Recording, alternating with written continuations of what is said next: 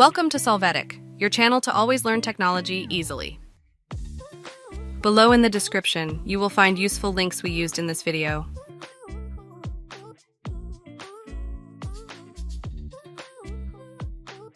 Today in Solvetic, we will see how to change border color word table.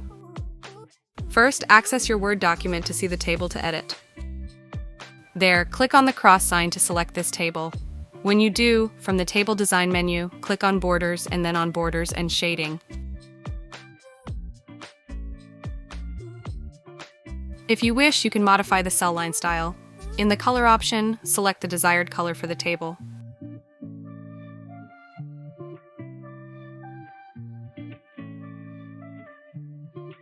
You can increase the width of the cell and check that the table option is in the Apply to field.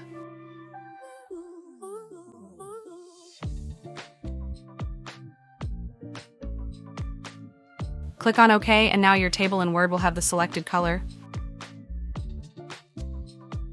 Hey, remember to subscribe Solvetic channel.